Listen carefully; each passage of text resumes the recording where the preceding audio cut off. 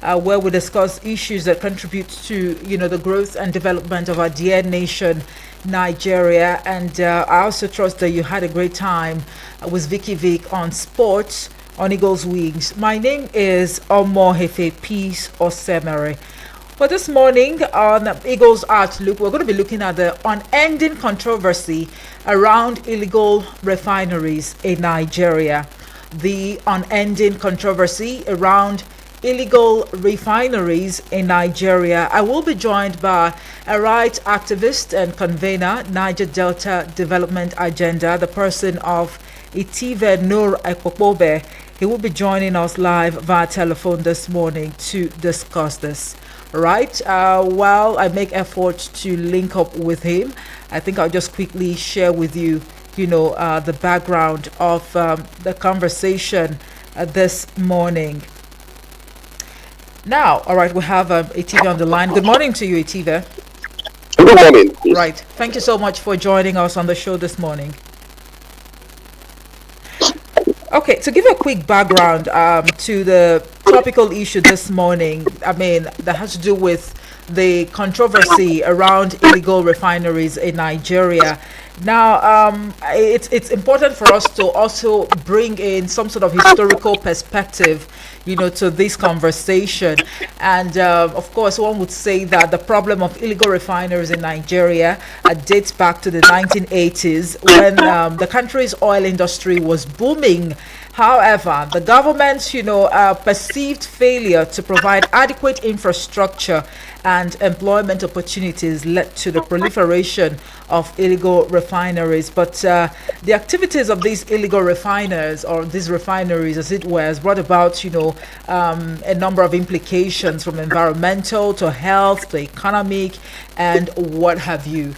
And truly, the controversy surrounding illegal refineries in Nigeria is a complex issue that one would say, has been ongoing for decades. And Nigeria, the largest oil producer in Africa, some would want to, argue that was the majority of its oil reserves located in the Niger Delta region, right? The oil-rich region has been plagued by poverty, unemployment, and environmental degradation as a result of, vandalism, these illegal refineries, and what have you.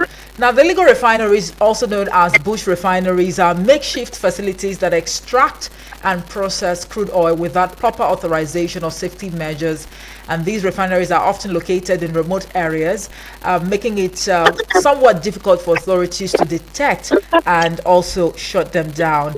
Yesterday or a day before yesterday, we understand that the NNPCL actually uncovered, fresh illegal refineries, right? About 70 of them. And it leaves us with truckload of questions as to whether or not we can indeed eradicate the activities of these illegal refineries in our country, especially looking at, the implication, that comes with the activities of these illegal refiners or refineries. Now, according to a report, the discoveries were actually made in a series of operations that took place between January 18th to 24th of this year. Now, the Nigeria National Petroleum Company Limited said it uncovered a total of illegal refineries and pipelines in one, across the Niger Delta. So Nigeria, as a matter of fact, has recorded over 589 oil spills in 2024, most of which were caused by oil theft. And a breakdown of this figure showed that 58 illegal refineries and 19 illegal pipeline connections were uncovered. Now, the video documentary is actually on, the website or the YouTube channel of the NNPCL, where, it actually stated that it recorded a total of 159 incidents of oil theft in the region. Now, the discoveries were made in a series of operations that took place between January 18th to 24th of this year, 2025. All right. Now, to, get to the crux of the matter, Itive, you are one who's from the Niger Delta region, and more so is the fact that you are the convener, Niger Delta Development Agenda. To start the conversation this morning, the first question that comes to mind would be why the operation or the activities of these illegal refineries, have continued despite the onslaught, by the NNPCL and our security operatives.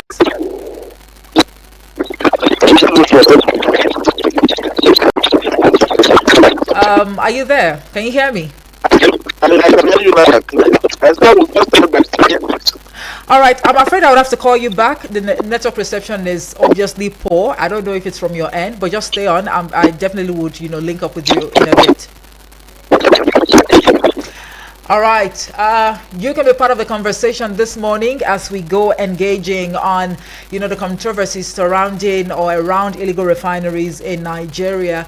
The numbers to call this morning would be 09087668888 or 09073530044.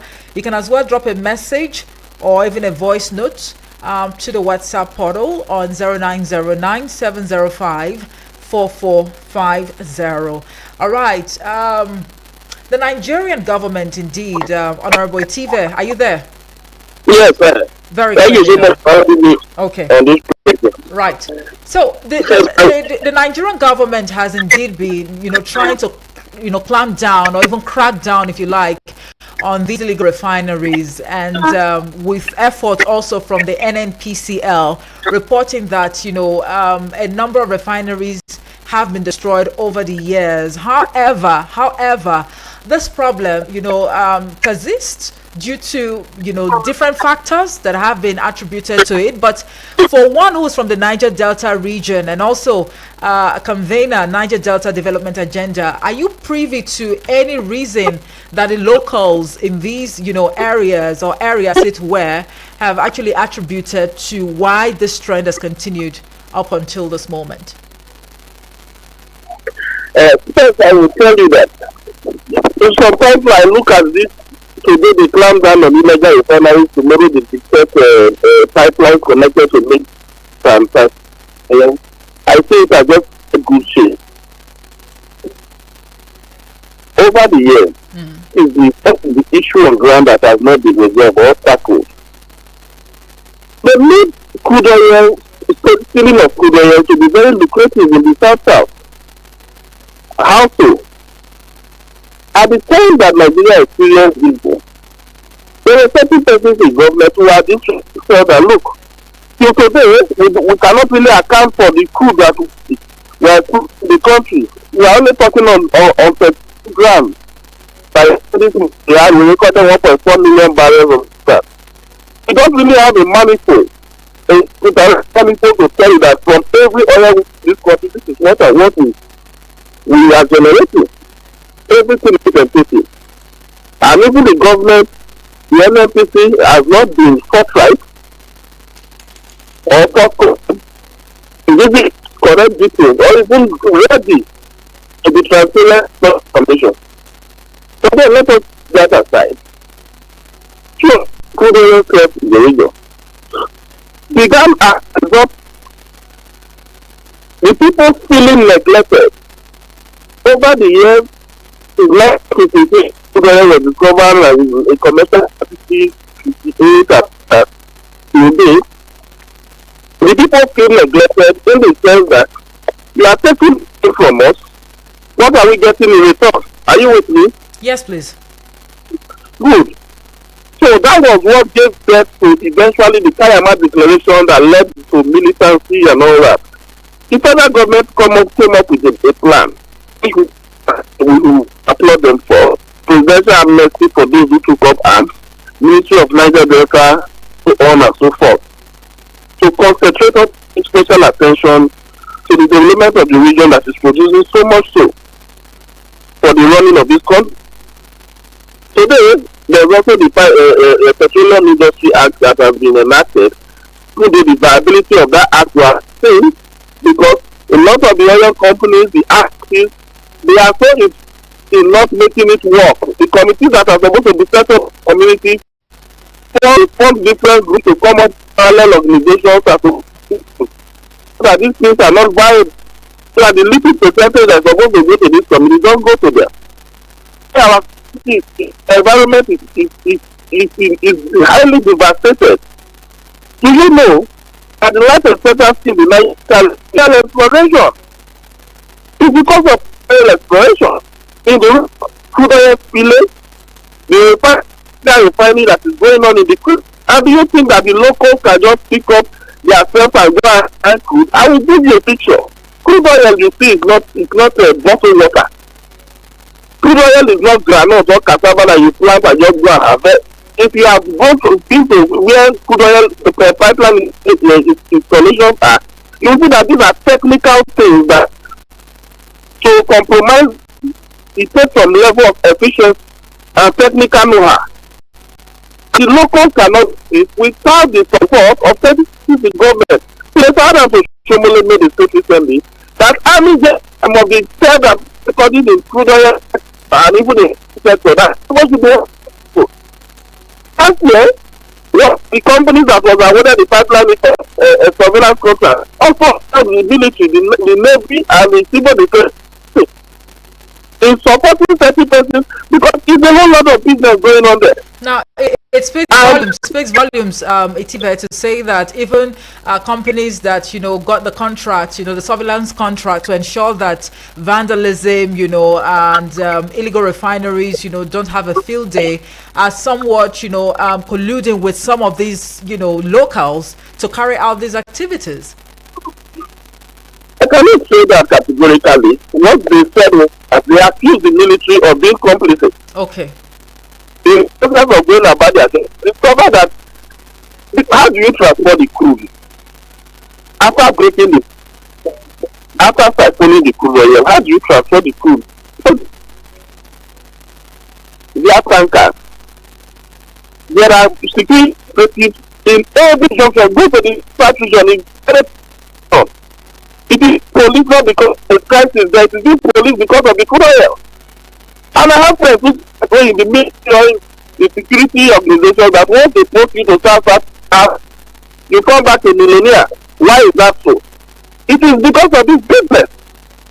And somebody said recently, oh, why not the federal government legalize this, what do we call it, illegal refineries that are coming up? And I tell you this, that we have 25 modular refineries approved by the federal government. Go and do your research. Okay, before we talk about, the legality of these, illegal refineries as it were, and whether or not the federal government, should even give the nod to more of these illegal refineries to operate, you actually think that the locals in these areas where oil is being, exploited, they are not well taken care of, their needs are not well, catered for. But shouldn't that be the fault of, the state government? What has state government got to do with crude oil exploration? The only thing they have there is that, you can provide local security for.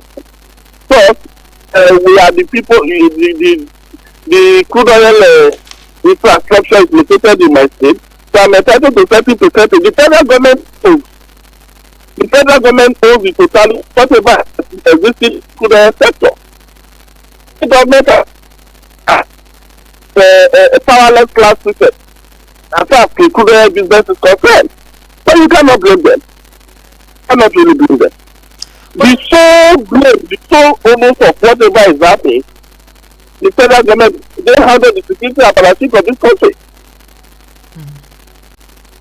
Right. Well, agreed. But taking a look at the latest trends and the need for people to carry out activities in accordance with international best practices, it's beginning to look like it is beyond the clamor or the yearnings of the people within these communities where oil is being cited. Now, to even bring up the conversation of whether they should be legalized or to create more modular refineries in the first place. Even having modular refineries, is that the reason why some of these illegal refineries are still in existence, or was that even a mistake in the first place? Like I told you, I said the federal government has approved 25 modular refineries in the south region. 25, which are cohabiting with the existing refineries on ground. 25 refineries, that's a lot. ranging from 1,000 capacity, 10,000 to even 30,000 and all that. So the issue we have there is not the issue of the modular refinery. It is the issue of neglect. The people are still neglected. The issue of a failed system. A system that is compromised so much so that those who are managing this system accomplish it in some who have been neglected.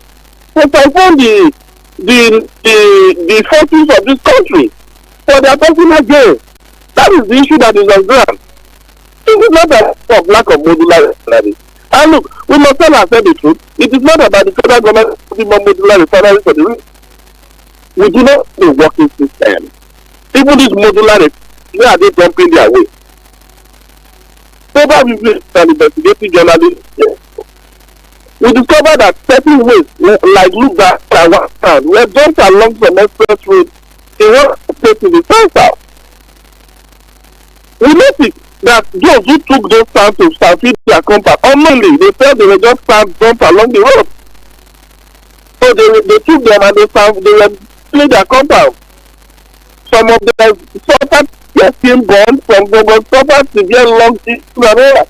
So after 3 months, a lot of things were happening that have to draw the attention of journalists to say, look at what is happening. After we investigated, we discovered that those were waste material companies. And this company paid another company to offset the waste and dump them properly. But after taking that money, they dumped it along the road for process bypassers. The innocent public are not aware of what danger, what radioactive materials are. So these are the issues we are facing. Have you seen our atmosphere recently? When it rains water, it rains black. No longer big South region. We are breathing in black soup. We stand for the refining of this product illegally. And this is not as a result of the government did not approve or not to happen. Even the ones that have been approved, what standard are they operating with?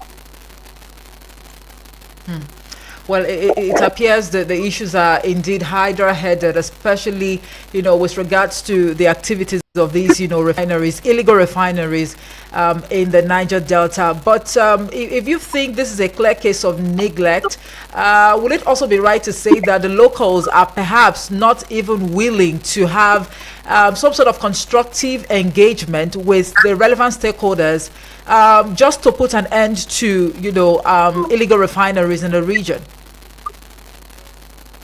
I think that's it. No, you stated very clearly that the reason why illegal refineries have continued, to carry out the activities despite, the onslaught from the government, NNPCL and what have you, and even our security operatives, is because, they have been neglected, over the years. Will it also be intelligent to say that there is perhaps no to, the activities of illegal refineries, not just in the region, but across the country, since it's a case of neglect? It is going to take a long time. That is if they will ever do so, because we already have a foundation as far as Nigeria is concerned. The NFP doing its best. One of the initiatives that was highly applauded is the award of contract to certain companies, several companies to move. And even at that, it is because the security apparatus this country failed in preparing this oil facility.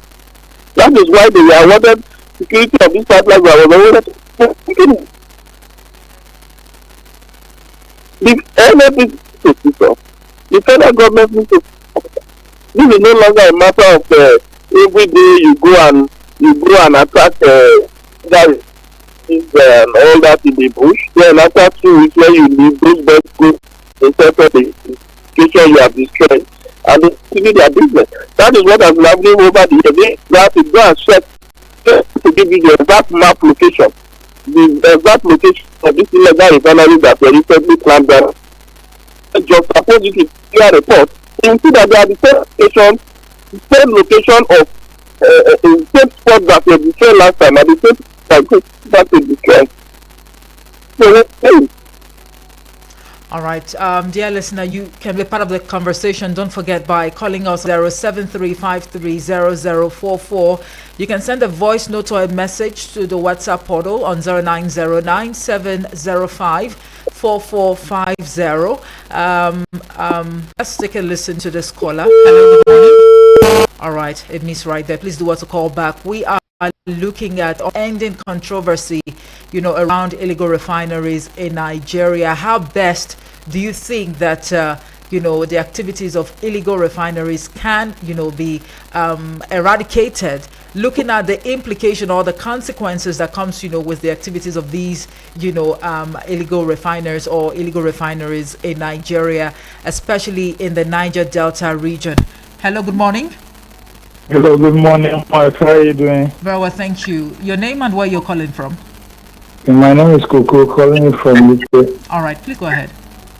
Okay. I want to say this issue of legal the refinery. Does it mean that our government cannot arrest the people that are in charge of the refinery? It's just the unnecessary excuse that they are giving us. I can't believe that the refinery can operate maybe in a state or in a local government, and a governor or local government chairman will not be aware. Neither police officers or other security agencies will not be aware to go there and arrest these people that are doing this illegal activity. So it's like government does not even want to do. If they want to do, they know what to do. And so it's not an excuse. They don't want to use that one excuse, but it lays an excuse. All right. That's what I want to say. Coco, thank you so much. I didn't hear from you again for the observation. Thank you very much. We'll definitely, talk about that on the General Open Banter Hour. Thank you. Oh, okay, thank you. All right. Okay, Itiva, are you there? I'm too. I have to that ever since people have been arrested, these places have been infected.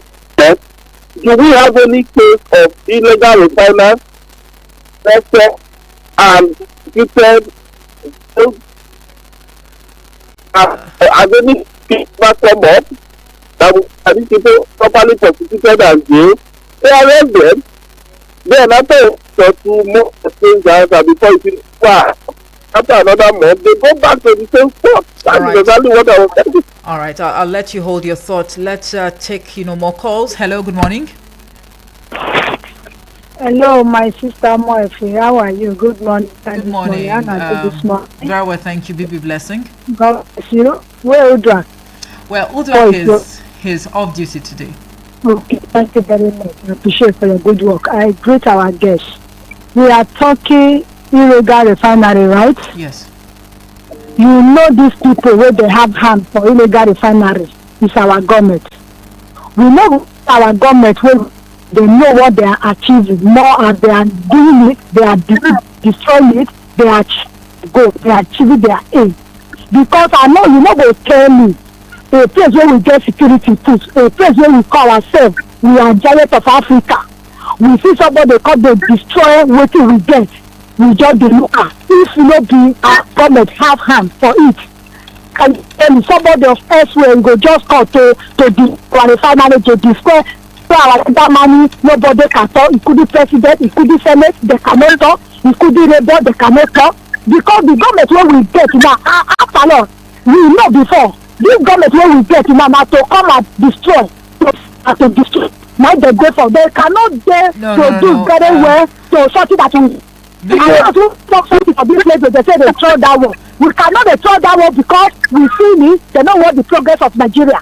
How are you that what you get? What you get? Bibi Blessing. It's really out of place to say that this administration is here to destroy, because despite the shortcomings, the perceived shortcomings, by Nigerians, especially from this administration, there are some goods that people can actually pinpoint, and also give this administration a pat on the back, for a job well done. So to say that this administration is here solely to destroy is completely out of place, and that is one narrative that we're not going to promote on here.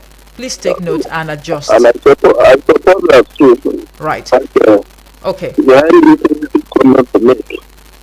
All right. Okay, the numbers to call are still 090-8766-8888 or 090-7353-0044. You can send a message or a voice note to us on the WhatsApp portal on 090-9705-4450. And for those watching us live on Facebook and YouTube, you might as well drop a message across these platforms. Link with us on YouTube and Facebook at the moment. Join the conversation at Eagles FM Abuja on YouTube and Facebook. Looking at the unending controversy around illegal refineries in Nigeria.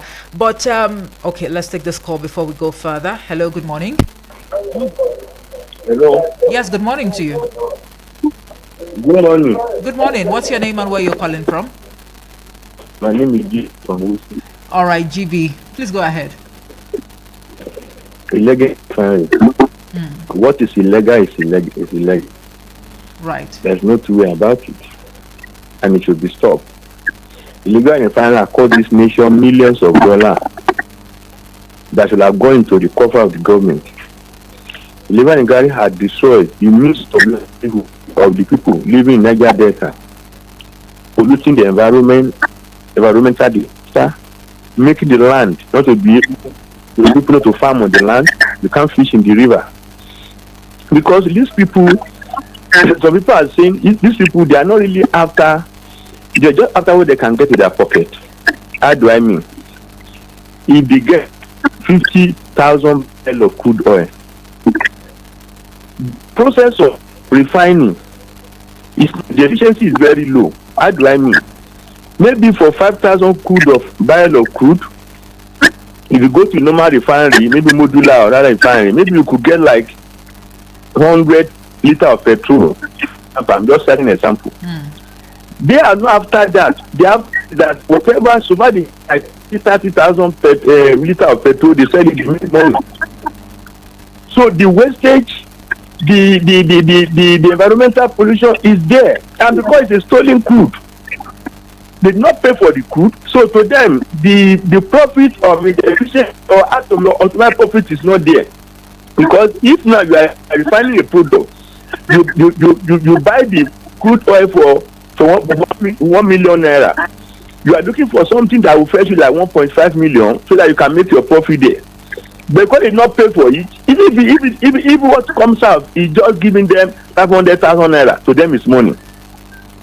And their pollution destroying the pie, every other thing, making it little to lose huge revenue. So it's illegal. All right, JB, but can we attribute this to poverty, unemployment, or even corruption? Is that the reason why? It's not poverty. It's not poverty. Some people just want to make quick money. It's not poverty. Like I said, to them it doesn't matter what the output is. The means doesn't matter to them. What they want is that we get petrol, we sell, we make money in their pocket. Okay. So, right. And these are stolen items. They not pay for it. They cost nation a lot of revenue, pollute the environment, and sometimes when there is fire, they destroy the environment and a lot of hazard there. So there's no justification for it at all. All right. Thank you very much, GB, for your contribution right there. Itive, we just go pay some bills. We'll be back in a bit to continue the conversation. Please stay on the line.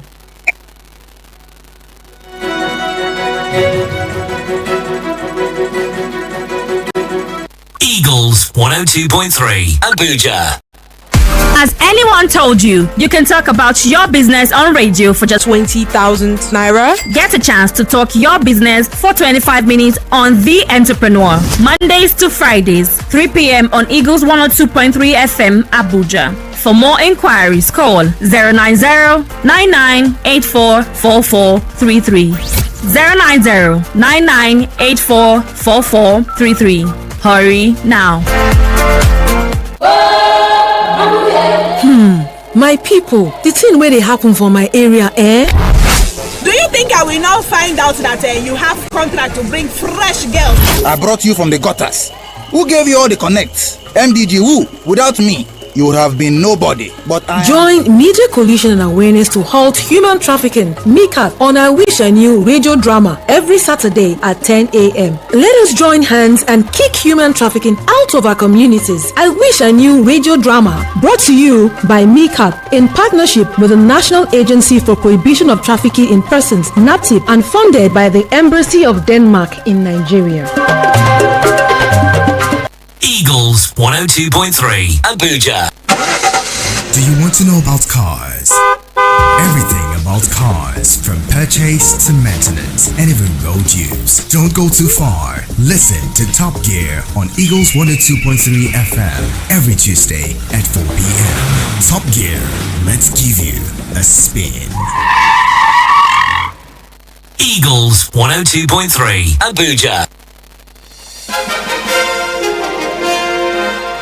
Right, thank you so much for staying with us. If you are just joining us, this is Eagles Outlook live on Eagles FM 102.3 Abuja, and the conversation is still ongoing, not just here on radio but across social media platforms on YouTube and Facebook.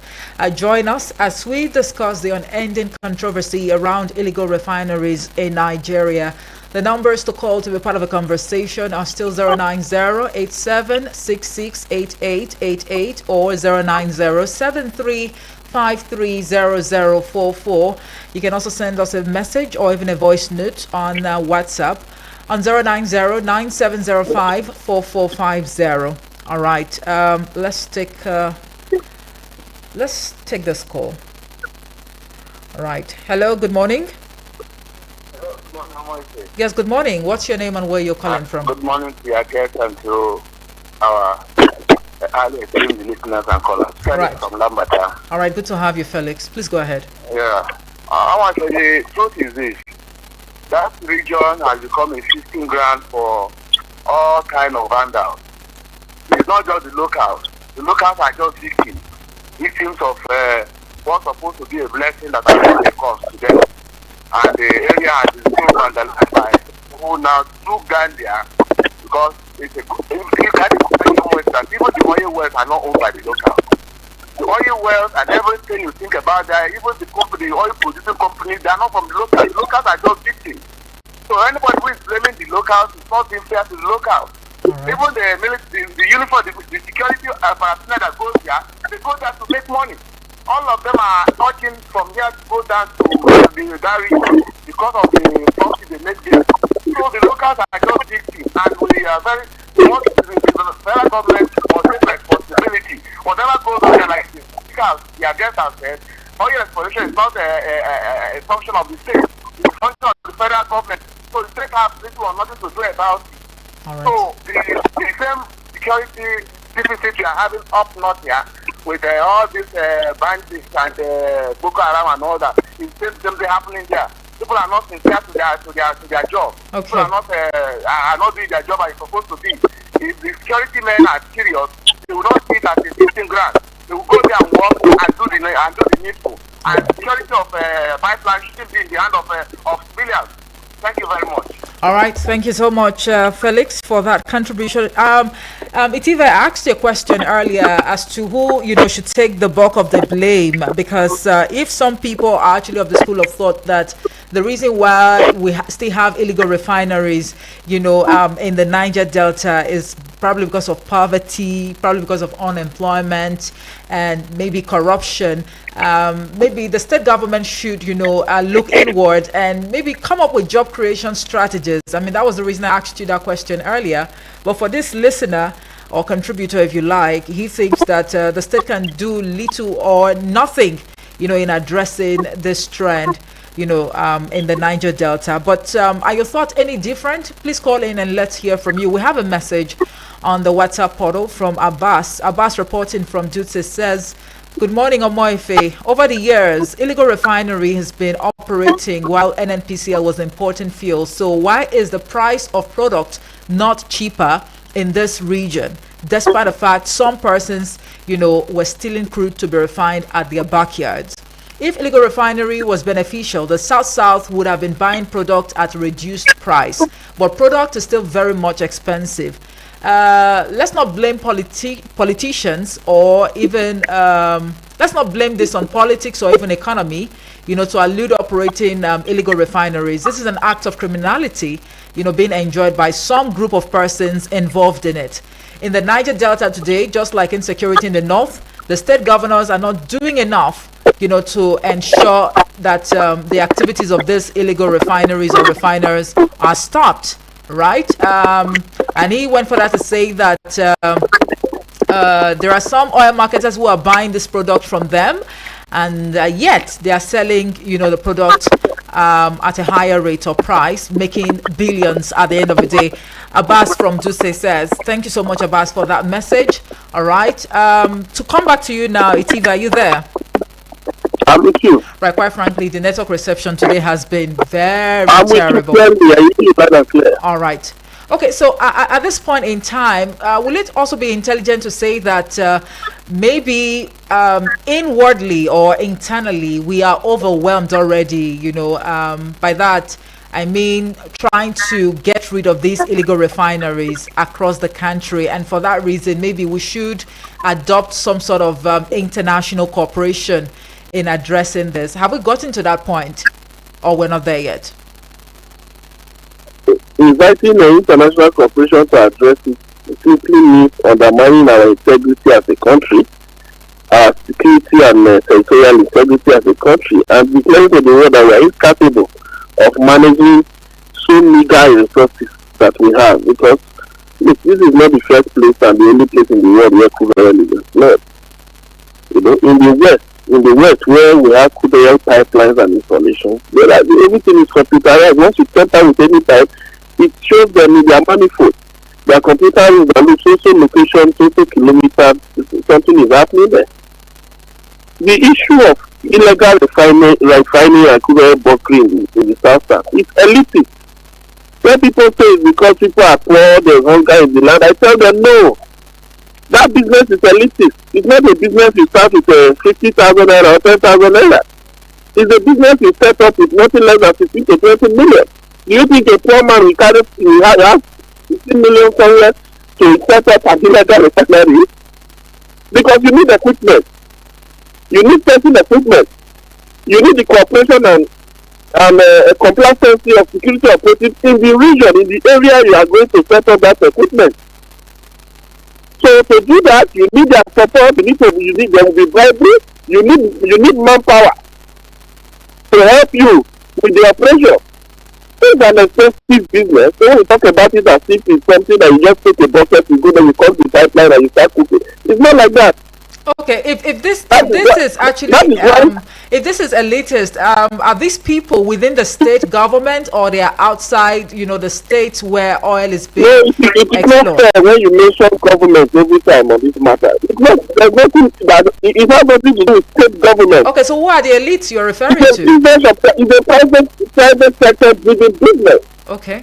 These are private businessmen. These are people who have seen that we can do this, we can raise meetings with certain security organizations and see how they will get their share, we get our share. There are certain slogans and mindsets to this business. Okay, but is it possible that these activities have been ongoing without, the knowledge of the state governors? Is it possible? Even if the state government is aware, is it the one controlling security? Even if he's not the one, even if he's not the one controlling. Let me give you a picture here. Let me give you a picture here. Okay. If you give instructions to the commissioner of police, the commissioner of police will tell you that waiting orders from the IG. If you give instructions to a brigade commander or a commanding officer of any battalion in your state, they will tell you that they are waiting the instruction from the headquarters. So you are not really the one in charge of your state as far as security is concerned. And the bulk of this business is security oriented. No, but there is room for monitoring and evaluation, right? What are you going to do? Are you going to use civilians to monitor to monitor soldiers who are holding guns. In a business where everybody is already complicit, they are already in it.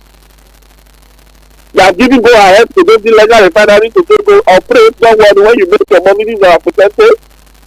So who are you going to send there? Are you going to send a civilian there so that he will be killed and buried in the bushes?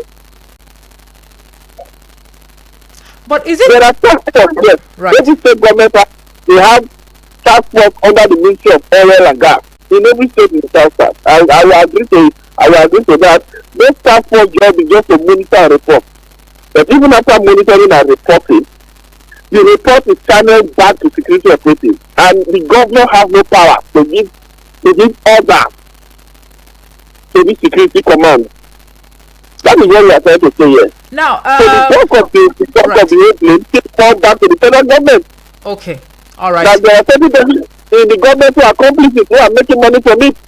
All right. In very high places in the government who are making money from it.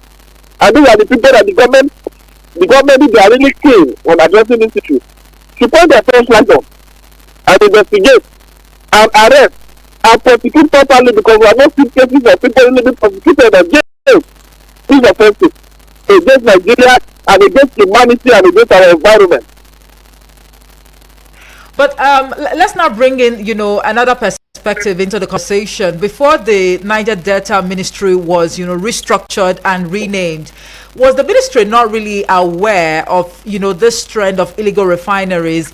And if yes, what efforts do you think, or let's not even talk about the effort now, would you say before the nomenclature of that ministry was changed, would you say that ministry indeed looked into this issue very critically without bias to address the root cause of this issue? The Ministry of Niger Delta was set up solely to give attention, special attention to the development of Niger Delta region, driven by percentage from revenue accruing from crude oil exploration in the region.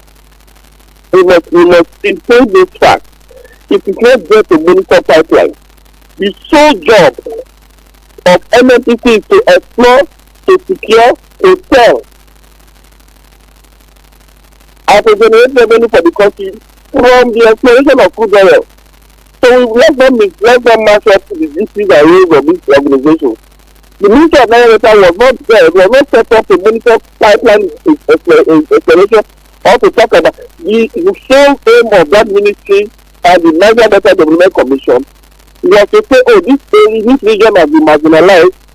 Being that crude oil is being explored and the environment is disintegrated, that let us set up so that certain areas, the percentage of revenue from crude oil exploration is dedicated to revamping this area. That is the sole duty of that ministry that to become Ministry of Regional Development. And at the end of the day, all these years, that area or that region has not really been, saved off, the marginalization trend, and that is perhaps the reason why we still have the locals availing themselves to be used as tools by these elites, who actually perpetrate, this criminal act. Let me tell you that one of the biggest illegal in Nigeria is not even from the region. What do we say? And that is aware of it. And the government is aware of it. It's not from the region. This has become a business. Foreigners are investing. I don't want to mention nationalities. And so country. We have a lot of, you keep asking yourself, why are so many foreigners from the West coming into Nigeria? They all want to live in worry. They set up offices in worry. What is the worry that they are going? They say this is all good. Yes, they are going there. They pay some of more as rent hotel. They rent hotels as their offices. You ask yourself, what are they going there for? There's nothing in the Niger Delta region. This place is not safe. Port Harcourt is not safe. Your worry is not safe. Yet you are always there. So people are heavily funding these processes. They are making money from them. All right. And when you cannot really blame it on the locals, because, like I told you, the job is elitist. The airlines, those who have money and those who can invest in that business, not the poor man in the street. Okay. So, how best, I mean, to wrap up the conversation, how best, do you think the federal government, right, and the relevant stakeholders can decisively address this trend of illegal, refineries in our country? Let us start prosecuting people. Let there be transparency in this fight against food oil theft in Nigeria. We cannot keep arresting and detecting every time with no evidence of prosecution. No evidence. Let us start prosecuting people to show that people are arrested for this and that. They have been jailed. And let us set up even a criminal court, especially for even the trial of those caught involved in illegal bunkering and illegal refineries. That will make it easier for the government. Okay. So that justice is not delayed at all. Once you are caught pictures and evidence, you don't waste time, because such decisions are evidence based. Anybody arrested, well, what are you doing in the bush? What are you doing in the creeks where there are pipelines and illegal crude oil being explored at that time of the night? What are you doing there? All right. So you don't need any other evidence to say that those people were involved. So when you catch people like that, you prosecute them immediately. Let them say the minute. Okay. And when people begin to see that, look, the government is really serious with what they are doing, you will see progress. Okay. Until then, we are just white bushes. That's what we are doing. All right, let's see if we can squeeze in this call. Hello, good morning to you. Yes, good morning to you, Omoefe. Good morning. Thank you so much. I remain my humble self, Omotayo, reaching you from Galadima this morning. All protocols duly observed. I greet your guest. You see, your guest has said nothing but the truth. Excellently well. You see, we are ready. You have said it before. Even in other cases, when we ask what is the solution going forward, I discovered that as a country, as a people, we are not ready for this change that we desire. Look, how many times, just like you said, have they caught ships or sailing on the sea with oil? The next thing they do is either to set the ship on fire so the investigation cannot be done, discover who owns that ship that's carrying oil, or the ship will disappear, or the matter will just die down in less than 2 weeks. We never hear of any prosecution and none of that. And I told you, man, the solution to our problem is if you don't insist that people begin to face punishment. And when I mean punishment, not these 2 years and 3 years in prison, like and then they get fair treatment like that of Bobrisky that cost the air today among the prison services, where they go and put him in the special prison that looks like a house. Not that time. You will see that when you see that people begin to start severe punishment for indulging in criminalities and another crimes, you will start. A lot of them will run away from it. All right, Those days, when you see people being persecuted, I mean, people being punished openly on TV, on national TV, a lot of persons don't want to involve themselves. Okay. That is what we need as a country. Let's stop hiding behind this thing. We are pressing our system towards this is not democracy. All right, thank you very much. Thank you so much, Motayo, thank you. Well, I'm afraid we can't take more calls. GB, I see you're calling back. James, I see your message, but we cannot even squeeze in your contributions because of time. Etive Nur Ekpopobe has been my guest. He is a rights activist and also convener Niger Delta Development Agenda. We hope that we'll get it right even in the days to come. But thank you so much for sharing your thoughts with us on the program this morning. Are you there, Etive? Thank you so much. I appreciate it. All right. And I hope that we have more venue to talk about these issues. All right. Thank you for the listeners and those who call in. Thank you. Have a nice day. You too. Thank you very much. Well, on this note, I'd like to state that the views expressed on the show this morning by the guests and the contributors were not influenced by Eagles FM 102.3 Abuja. Good morning. Eagles